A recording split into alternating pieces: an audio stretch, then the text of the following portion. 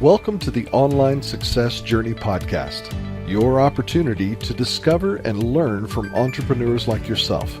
This is not your typical podcast, but a place where you can get the real story and find out how real people encounter speed bumps and detours, but journey through to find success. Now here's your host for the Online Success Journey Podcast, Patience. Hello everyone and welcome to Online Success Journey. This is episode 124. Are you ready to join the clan? Today we have Matthew Watson, the founder and the CEO of Stackify. He has been a developer, a hacker for over 15 years and loves solving hard problems with code. Matt is skilled at SEO, blogging, and content marketing. Hello, Matt. Hey, how's it going? Thanks for having me today. Thank you for coming. Here in the clan, we are so excited to hear your story. So let's get started with the basics. Can you tell my clan a little bit about your background, about what you did before you started your own online business? Take us right up to the last job or business before you are online. Yeah, so I've been a software developer now for, I went to college for it about 18 years ago and been a software developer for a long time. Started my first business in 2003, so 15 years ago now, and had that business for about 8 years. And then when I was done with that, I immediately started my current business, which is Stackify.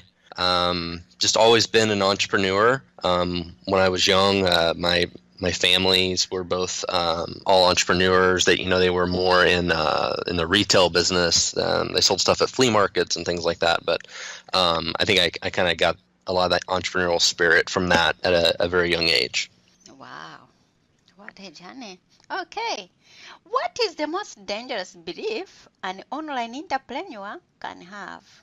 That I think people are just going to automatically come and buy your product. I mean, so many people think that they can just build something or create something, and then people are just magically going to show up and buy it. But it doesn't really work that way. Okay, why do you do what you do, Matt? I think I enjoy solving problems. I enjoy, solving problems for other people and helping them. And I think that's part of the fun of being a software developer is you can create software that makes the lives of other people easier or more efficient or can help them make more money or whatever it is. And that's the fun part about being in the software business. What problems does Stackify solve for software developers? Yeah, so our customers are other software developers of companies of all shapes and sizes all over the world. And basically, the easiest way to think about it is if you're ever on a website and it's slow or getting a lot of errors or getting frustrated using it, it could be Facebook or a mobile app or any kind of website, it doesn't matter. The developers need to know when that happens and why it's happening. So our software collects a lot of data about how their software is being used and who's using it and how long things take and why things take how long they take and all that sort of stuff. It's all about application performance and diagnostics, basically. And then we give that information to the developers so they can make smart decisions about how to improve their software. Okay. Matt, you've been in business for 15 years now, so money is no longer an issue, right? Money is no longer an issue? Is that what you said? Yeah, money is no longer an issue. You don't need to be like, oh, I needed to rely on that paycheck to pay my staff or buy new software or hire new staff. Well, I mean, my current business has been in business for 6 years, and I mean, we're still a growing business. It still has to definitely watch our expenses. I mean, money definitely still matters. Yeah, but you don't stay awake the whole night. Okay, that's what I meant. Okay. Yeah, so let's put money aside. How do you know you are really successful without thinking about money in terms of money? Well, I think for a business, it's you've got to be growing.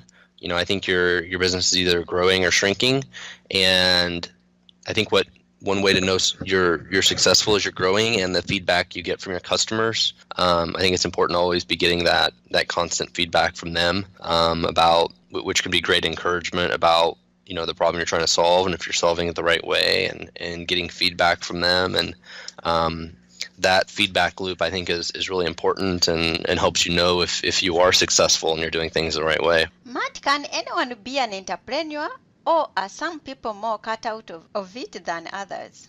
I definitely don't think everybody can be an entrepreneur. I don't know what the percentage is of people that can be. And obviously there's different levels of being an entrepreneur, right? I mean, if you're in some countries in the world, if you sold food at a marketplace or something, you would be an entrepreneur, right? But that's not the same as having a business that has a lot of employees and different sorts of businesses, right? Somebody who's a plumber or a painter, potentially you could say they're an entrepreneur, but that, again, not the same type of thing. But being an entrepreneur is extremely stressful.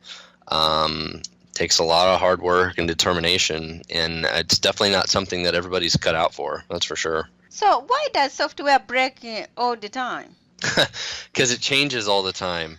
Come on, Matt. We need a software which I know I'm going to install and I'm going to use it at least 10 years and before I change it. Yeah, I mean, the problem is the more things change, the more they break. I mean, if you want software to be extremely stable and never break, the best thing you can do is stop changing it. That's why the software they use to launch missiles and stuff like that in the Department of Defense has old software. It's because it works perfectly. It's not connected to the internet. It can't be hacked. It doesn't need updates, all that sort of stuff. It just works. But most software applications that we all use every day change every week.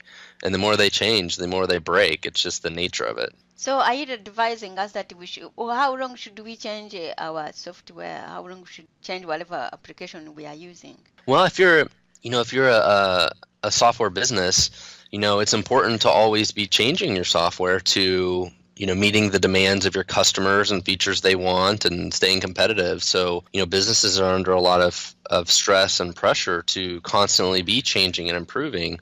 But what they need are the right practices in place to try and minimize that risk. So, as developers, we use a lot of automation to try and help make sure we can push out new versions of our software every time and it's going to work. And developers use tools like ours and other tools to basically help minimize the risk associated with doing those changes.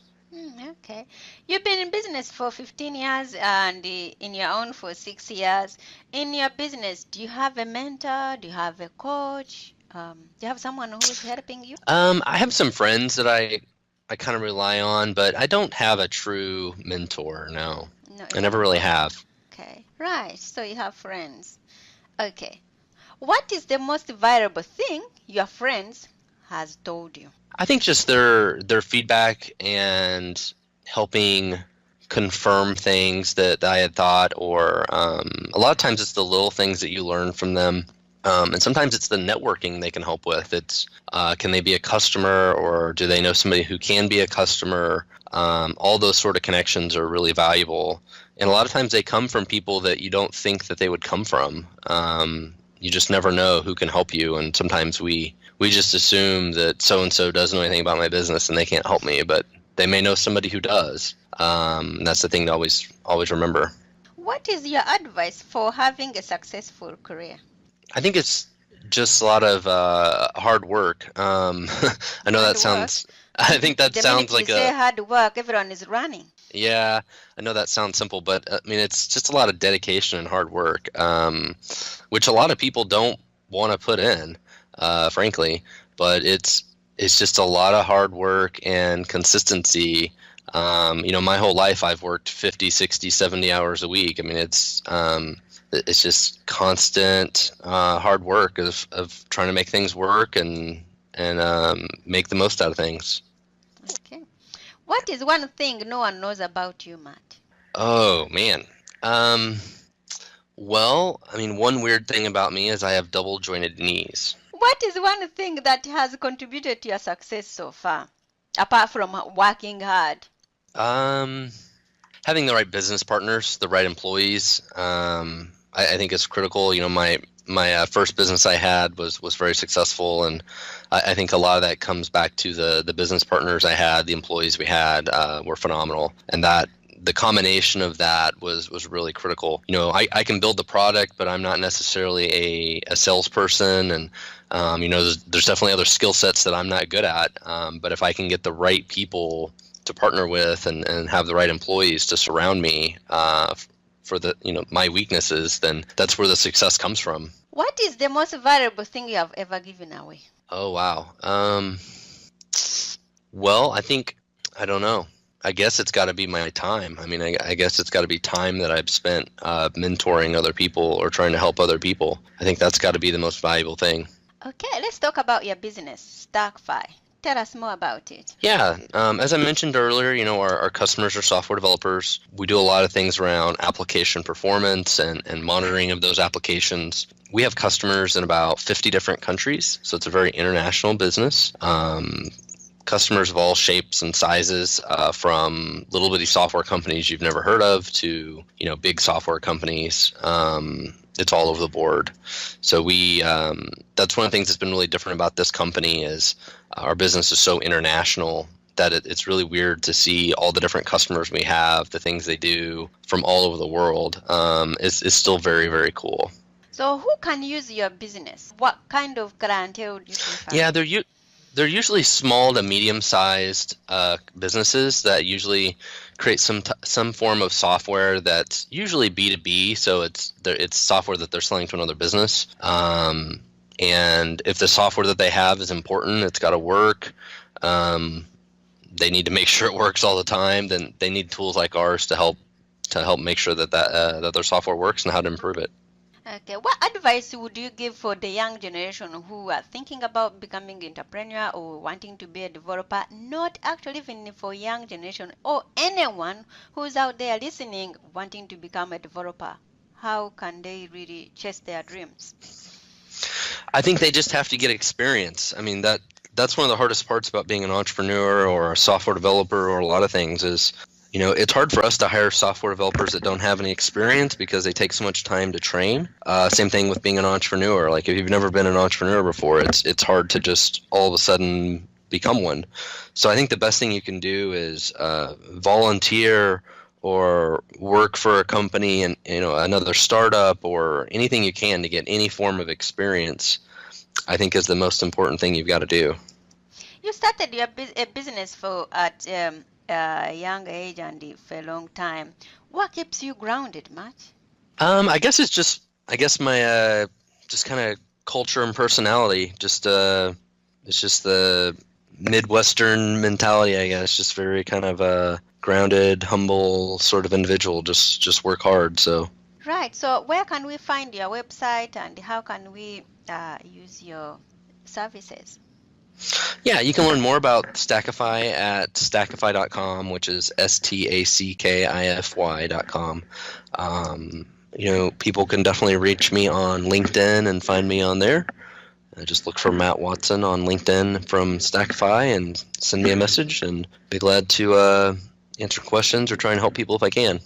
So, Clan, there will be more from Matt in a moment. If you are finding Matt's business and journey interesting and you are ready to hear more, come and listen to the full version of the interview at onlinesuccess.com. If you're on online success already, click on part 2 of Matt's journey and you'll get lots of tips to help you with your own business or your own development software company. And don't forget, you can access all other online success interview podcasts on the site as well. That's a wrap, Clan. Remember, success is a journey, patience and man.